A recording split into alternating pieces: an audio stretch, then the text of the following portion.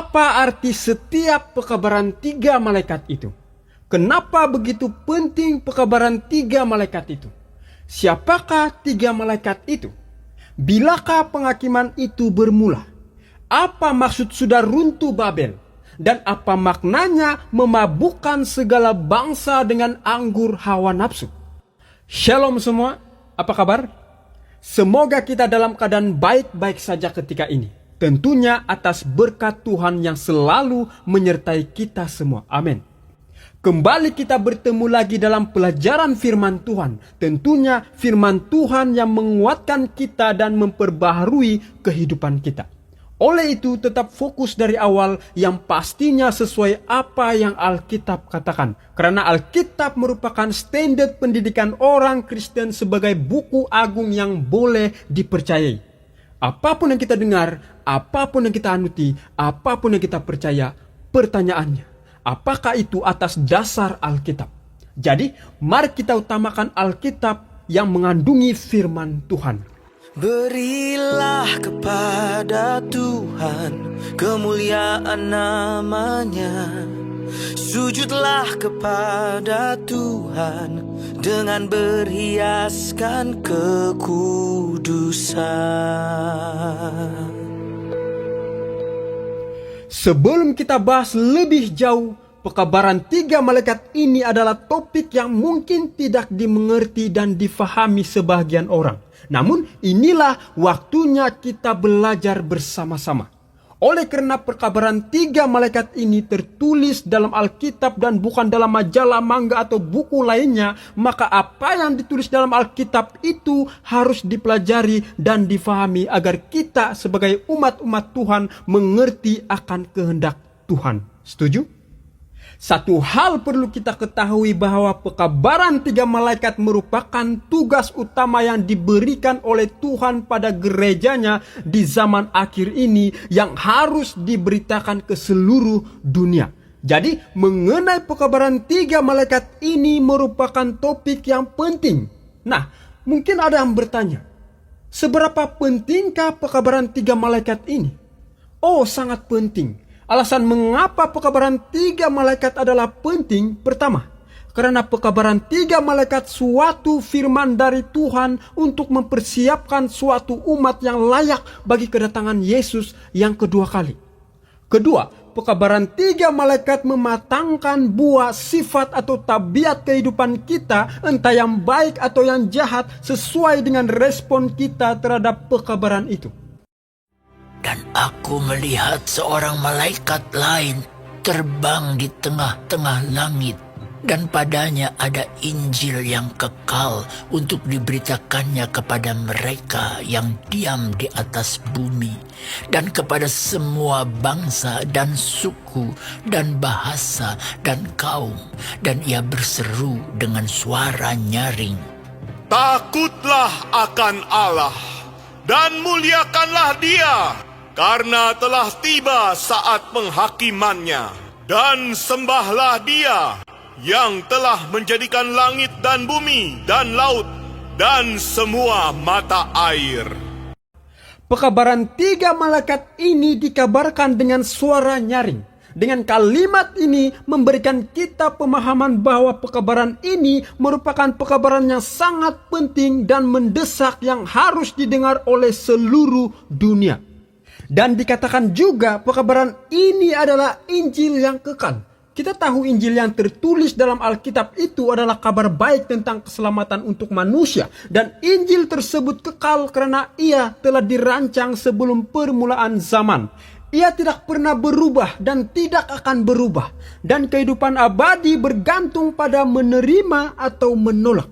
Jadi Injil kekal adalah kabar baik tentang keselamatan oleh kasih karunia melalui pengorbanan Yesus. Titus 1 ayat 2 dan 3, dan berdasarkan pengharapan akan hidup yang kekal yang sebelum permulaan zaman sudah dijanjikan oleh Allah yang tidak berdusta. Dan yang pada waktu yang dikehendakinya telah menyatakan firman-Nya dalam pemberitaan Injil yang telah dipercayakan kepadaku sesuai dengan perintah Allah, Juru Selamat kita. Pesan apa yang malaikat pertama harus sampaikan? Mari kita lihat ayat ini sekali lagi.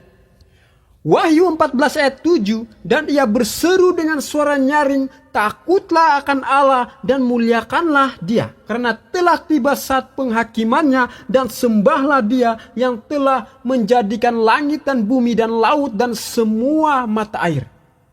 Pesan itu mengajak untuk takutlah akan Allah dan muliakanlah Allah.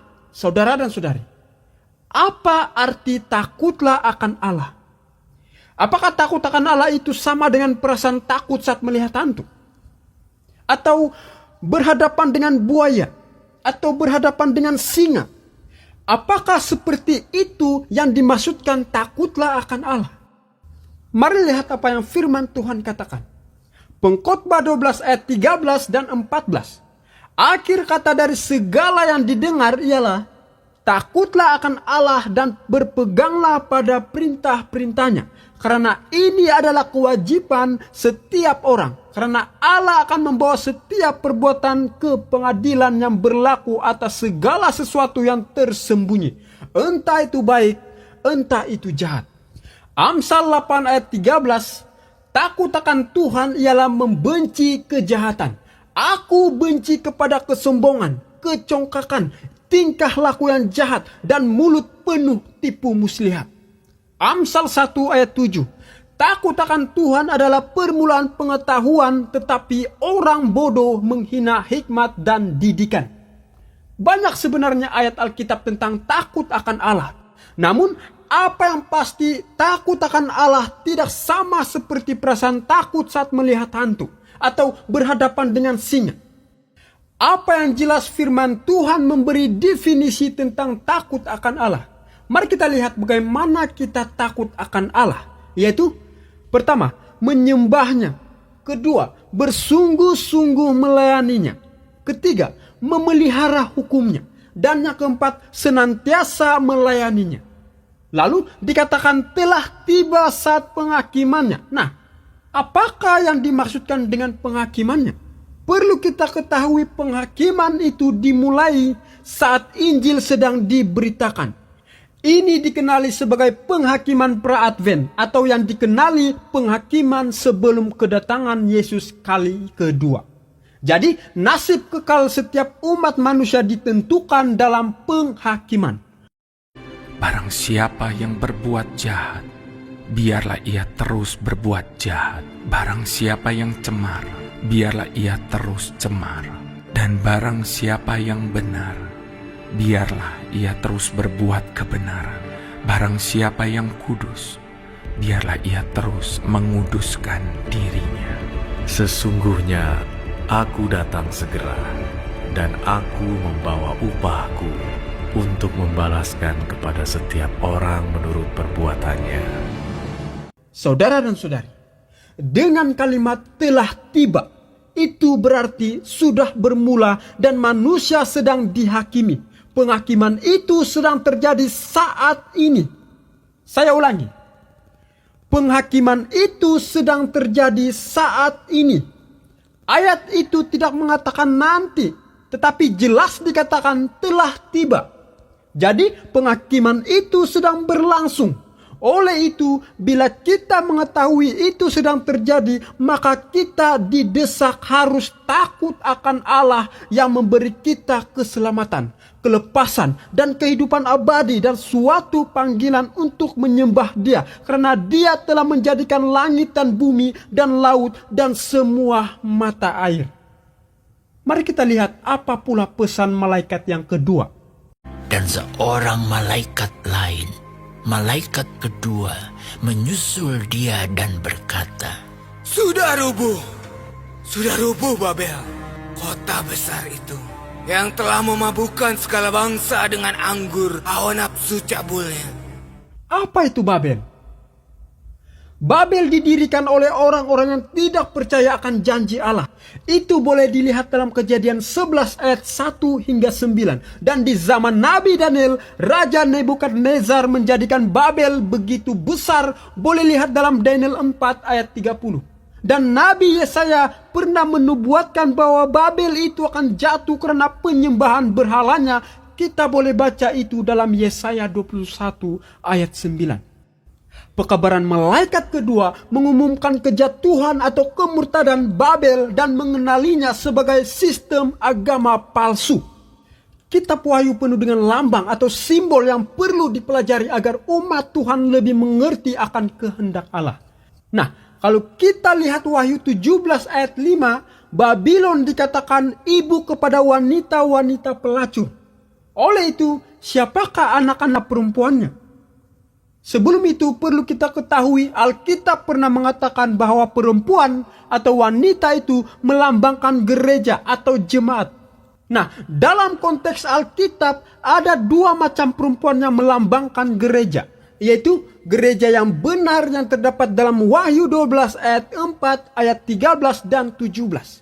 Dan gereja yang salah terdapat dalam Wahyu 17 ayat 3 hingga 5. Dan jika Wahyu 17 ayat 5 mengatakan tentang ibu wanita pelacur, ini sudah semestinya berbicara tentang gereja yang murtad, gereja yang salah. Jadi, siapakah anak dari ibu kepada wanita pelacur tersebut? Anak-anak perempuannya sudah semestinya melambangkan gereja-gereja yang berpegang teguh pada ajaran dan tradisi-tradisinya, dan mengikuti teladannya telah mengorbankan kebenaran dan penerimaan Tuhan agar dapat membentuk satu persekutuan yang tidak sah dengan dunia. Babel akhir zaman dalam Wahyu adalah kesatuan sistem agama palsu yang murtad. Ini akan menempatkan diri mereka dalam penyembahan Satan melawan umat Tuhan. Kita boleh lihat itu dalam Wahyu 13 ayat 11 hingga 18. Wahyu 16 ayat 13, Wahyu 17 ayat 5. Kesatuan agama murtad ini akan menunjukkan keangkuhan Babel kuno dalam mengagungkan dirinya di atas Tuhan dan berusaha untuk mengambil posisi Allah di dunia ini. Oleh itu, pekabaran malaikat yang kedua memberi amaran kepada umat Tuhan bahwa sistem jahat ini akan pergi semakin jauh dari kebenaran akibat daripada penolakan untuk menerima sinar pekabarannya sesungguhnya. Hanya apabila penyatuan gereja dengan dunia akan dicapai sepenuhnya di seluruh kekristenan, barulah kejatuhan Babylon akan menjadi lengkap. Jadi, Wahyu 17 menggambarkan Babel akhir zaman sebagai pelacur yang membuatkan orang di bumi mabuk dengan anggur percabulannya. Boleh lihat Wahyu 17 ayat 2. Dengan dia raja-raja di bumi telah berbuat cabul, dan penghuni-penghuni bumi telah mabuk oleh anggur percabulannya. Jadi, air anggur Babel yang dimaksudkan merujuk kepada ajaran palsu dan Injil palsu yang ditawarkan oleh sistem keagamaan yang murtad ini. Babel akhir zaman terbuat dari sistem keagamaan yang telah menolak kebenaran dengan menerima doktrin palsu. Bagaimana pula dengan pesan dari malaikat ketiga? Dan seorang malaikat lain, malaikat ketiga, menyusul mereka dan berkata dengan suara nyaring, Jikalau seorang menyembah binatang dan patungnya itu dan menerima tanda pada dahinya atau pada tangannya, maka ia akan minum dari anggur murka Allah yang disediakan tanpa campuran dalam cawan murkanya. Dan ia akan disiksa dengan api dan belerang di depan mata malaikat-malaikat kudus dan di depan mata anak domba. Kita mungkin bertanya, apa arti binatang dalam Alkitab? Dan siapakah binatang itu? Binatang dalam Alkitab adalah kerajaan atau kekuasaan politik. Boleh lihat dalam Daniel 7 ayat 23, maka demikianlah katanya, binatang yang keempat itu ialah kerajaan yang keempat yang akan ada di bumi, yang akan berbeda dengan segala kerajaan dan akan menelan seluruh bumi, menginjak-injaknya dan meremukannya. Siapakah binatang yang dimaksudkan? Binatang ini memiliki kekuasaan politik yang berkaitan dengan penyembahan. Dalam artian kuasa politik ini juga berhubung dengan hal religius. Di sini admin tidak secara detail mengungkapkan siapakah sosok binatang itu. Tetapi kita sendiri pasti dapat nilai sebagaimana Alkitab katakan dalam Matius 15 ayat 9, percuma mereka beribadah kepadaku, sedangkan ajaran yang mereka ajarkan ialah perintah manusia. Gereja yang benar adalah yang memegang teguh akan ajaran Alkitab. Amin. Sebaliknya, gereja yang tidak benar adalah yang mengandalkan ajaran dan perintah manusia yang tidak berlandaskan ajaran Alkitab. Itu sebab firman Tuhan katakan dalam Wahyu 18 ayat 4, lalu aku mendengar suara lain dari surga berkata, pergilah kamu, hai umatku, pergilah daripadanya supaya kamu jangan mengambil bagian dalam dosa-dosanya, dan supaya kamu jangan turut ditimpa malapetaka-malapetakanya. Jadi mereka yang minum anggur Babel tersebut harus minum dari anggur murka Allah. Mengenai anggur murka Allah, admin sudah pernah bahas di channel ini yang membahas tentang 7 malapetaka, 7 cawan murka Allah, di mana anggur murka Allah ini dituangkan dalam 7 malapetaka, dan itu kita boleh lihat dalam Wahyu 15 ayat 7, Wahyu 16 ayat 1 hingga 21. Manakala api dan belerang digunakan untuk mewakili penghakiman ilahi, boleh lihat dalam Kejadian 19 ayat 24, Yesaya 34 ayat 8 hingga 10, dan Yudas 7.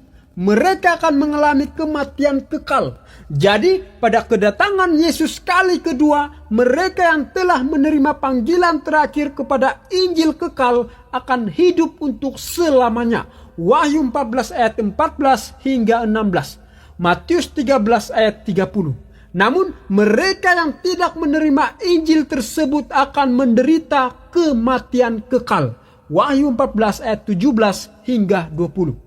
Lalu apa yang harusnya diletakkan di dahi dan di tangan? Hukum Tuhan harus ada di tangan dan di dahi kita. Mari lihat ayat ini. Ulangan 6 ayat 6 hingga 8. Apa yang kuperintahkan kepadamu pada hari ini haruslah engkau perhatikan. Haruslah engkau mengajarkannya berulang-ulang kepada anak-anakmu dan membicarakannya apabila engkau duduk di rumahmu, apabila engkau sedang dalam perjalanan, apabila engkau berbaring, dan apabila engkau bangun. Haruslah juga engkau mengikatnya sebagai tanda pada tanganmu, dan haruslah itu menjadi lambang di dahimu. Keluaran 13 ayat 9. Hal itu bagimu harus menjadi tanda pada tanganmu dan menjadi peringatan di dahimu, supaya hukum Tuhan ada di bibirmu, sebab dengan tangan yang kuat Tuhan telah membawa engkau keluar dari Mesir. Tanda Tuhan ada di hukum dan ajarannya. Saya ulangi, tanda Tuhan ada di hukum dan ajarannya. Yeskiel 20 ayat 12, hari-hari sabatku juga kuberikan kepada mereka menjadi peringatan atau tanda di antara aku dan mereka, supaya mereka mengetahui bahwa akulah Tuhan yang menguduskan mereka. Yeskiel 20 ayat 20, kuduskanlah hari-hari sabatku, sehingga itu menjadi peringatan, tanda di antara aku dan kamu, supaya orang mengetahui bahwa akulah Tuhan Allahmu. Pertanyaan terakhir, siapakah ketiga-tiga malaikat tersebut? Atau siapakah yang melambangkan ketiga-tiga malaikat tersebut? Tuhan mengirimkan kabar amarannya secara simbolik digambarkan oleh 3 malaikat bersuara yang terbang di langit. Nah, kata Yunani untuk malaikat ialah angelos, yang bermaksud utusan. Bukti dari Wahyu menunjukkan bahwa ketiga-tiga malaikat itu melambangkan umat Tuhan yang diamanahkan dengan pekabaran akhir zaman untuk dikongsikan dengan dunia. Saya ulangi, ketiga-tiga malaikat itu melambangkan umat Tuhan yang diamanahkan dengan pekabaran akhir zaman untuk dikongsikan dengan dunia. Bertemu lagi kita di video berikutnya. Tuhan memberkati kita semua. Amin.